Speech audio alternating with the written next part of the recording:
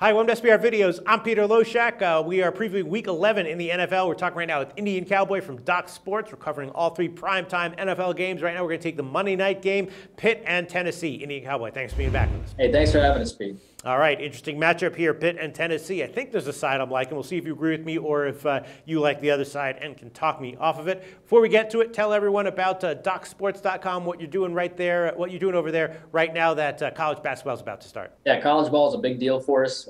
We won 4 out of the last 5 years. Last year, we went 65 and 45 for 58% for plus 4,500. We only do one play a day. We only do about 107 selections a year in college ball. So it's a big thing for us. It's our best sport. In the NBA, of course, we went 94 and 62 last year for 60% for plus 12,890. We were number 1 in the country.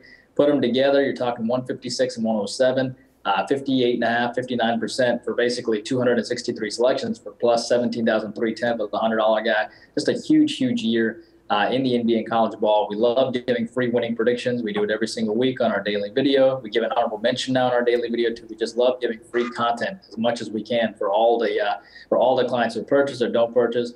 17-6 hockey run, obviously winning season in hockey as well. And, we're very pleased for the football card this week for the IC7 football card. And this selection will probably make the card as well. So really? Okay, well, we'll see what you have to say about it. It is an interesting game because Pitt, of course, was that they had their 2 huge blowout wins at home. Then they went on the road to the Jets, and the public was all over Pitt. Sharps were on the Jets, and, of course, the Jets wound up winning that one outright. Tennessee, came in their first game off a bye at Baltimore, and Mettenberger was at quarterback. And, kind of mixed results. They started out looking like he was not too bad, but then after the first 2 drives, they had 8 straight 3 and out. So that's a kind of a bad sign, but you're thinking, all right, how much of an improvement will they make between that week and this week? And is this a bounce back spot for Pitt? Probably, but then again, how much are their struggles, on the road going to carry over here? And even if they do manage to get a win, are they, a 54% proposition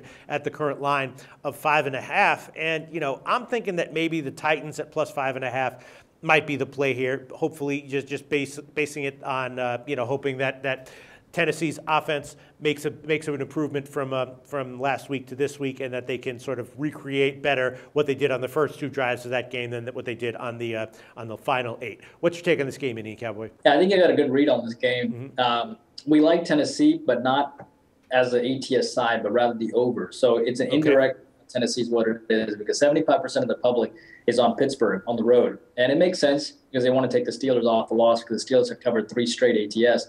And the Steelers, going back to September 21st, have not lost back-to-back ATS yet either. So you're talking about a span of about 8 games where they haven't lost back-to-back ATS ever since that Cleveland-Baltimore games back-to-back on September 7th, September 11th.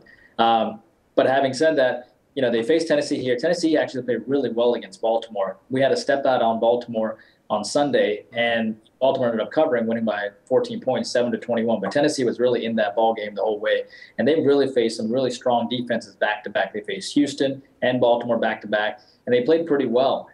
So having said that, Tennessee is actually 4-0 ATS on Monday Night Football as well of late. But we like the over here for a couple of reasons. One, this team's going to put up more than 7 points than they did against Baltimore. They're going to bounce back offensively in a big way.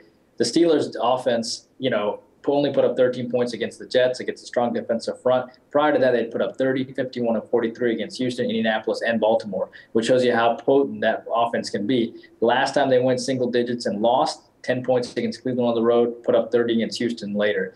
They put up 6 against Baltimore on the road after that whole Ray Rice thing on 9/11. Then the next game, they put up 37 against Carolina on the road. So they're going to bounce back offensively in a big way. Tennessee's going to bounce back offensively. That Steelers defense is overrated after giving up 20 points. Remember, they gave up 23, 34, 23, 31 to Cleveland, Houston, Indianapolis, and Baltimore. So Pittsburgh's going to put up more than 13 than they did last week on a bounce back. Tennessee's going to put up more than 7 than they did last week on a bounce back. Great active underdog. Tennessee being an active underdog likely pushes this game over, and both defenses are a little bit overrated too, I think. All right, well, that makes sense to me. It just makes me personally nervous because I personally bet the over in the Baltimore-Tennessee game pretty big, and I also had the over moderately in the Pitt-Jets game. Both of those were losers, but maybe that's why this sets up for a good play on the over. Yeah, it does. I mean, keep in mind that the Steelers are 5-1 in their last 6 games to the over following a loss. And the Tennessee Titans are 6-1 in the last 9 after scoring 15 points or less in their previous game. So both of that helps out too.